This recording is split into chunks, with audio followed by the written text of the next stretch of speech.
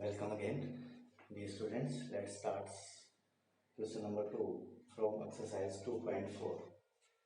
प्यारे बच्चों, in this question, the statement says that use factor theorem to determine whether g of x is a factor of px in the following cases. प्यारे बच्चों, इसके जो remaining parts हैं as it is इसी part की तरह है, ठीक है। तो उनको आप इस पार्ट की हेल्प से बड़े आसानी से सॉल्व कर सकते हो। ओके, तो let's start solution of part 1। इसमें डियर स्टूडेंट हमें ये बताना है कि क्या ये gx इस px का एक फैक्टर है बाय यूजिंग फैक्टर थ्योरम। प्यारे बच्चों, अब आप फैक्टर थ्योरम से फैमिलियर हो चुके हो। फैक्टर थ्योरम क्या कहती है? अगर कोई पोलिनोमियल किसी दूसरी पोलिनोमियल का फैक्टर है तो उसमें एक रिलेशन होगा कि आप जो है ये कह सकते हो कि वो अगर ये पोलिनोमियल इस पोलिनोमियल की एक फैक्टर है तो ये इसको कंप्लीटली डिवाइड करेगा, राइट। अब कंप्लीटली डिवाइड करेगा इसका मतलब क्या है कि रिमाइंडर 0 आएगा।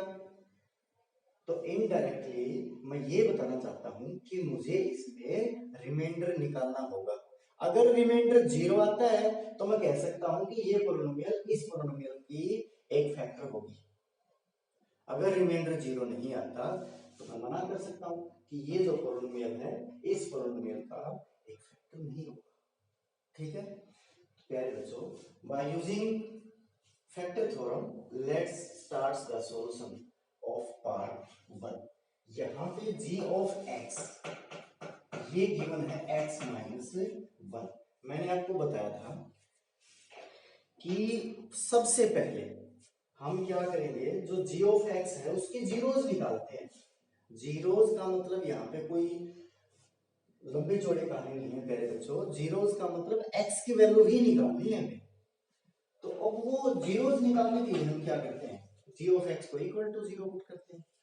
तो x माइनस 1 को मैं इक्वल टू 0 पुट हूं तो यहां से x की वैल्यू निकलेगी 1। अब ये जो x की वैल्यू आई है यही तो जीरोज है इस gx की। जीरोज क्या होते हैं? x की वो वैल्यू अगर मैं कॉलम में पुट कर दूं तो उसकी वैल्यू 0 हो जाएगी। अब ये जो x की वैल्यू है प्यारे बच्चों आपने इस px में रखनी है और इसको रखने के बाद का जो रिजल्ट है आफ्टर कैलकुलेशन वो आपको देखना है। अगर वो 0 आता है तो आप बड़े आराम से कह सकते हो कि ये जो gx है इसका एक फैक्टर है, अदरवाइज मना कर देना। तो putting x is equal to 1 in p of x we get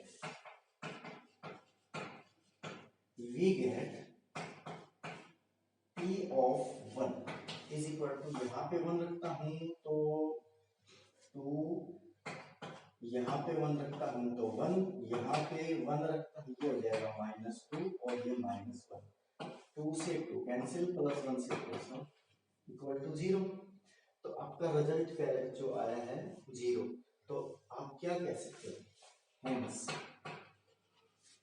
g of x is a factor of p of x। इसके जो रिमेनिंग पार्ट्स हैं प्यारे बच्चों बिल्कुल एज इट इज इसी मेथड से आपको सोल्व करने हैं।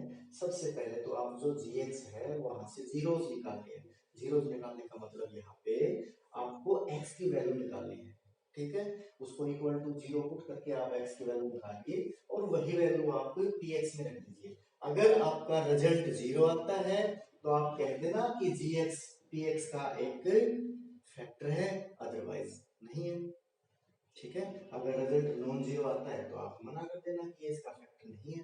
उम्मीद है प्यारे बच्चों कि ये क्वेश्चन आपको अच्छी तरह से समझ में आया होगा। Thank you.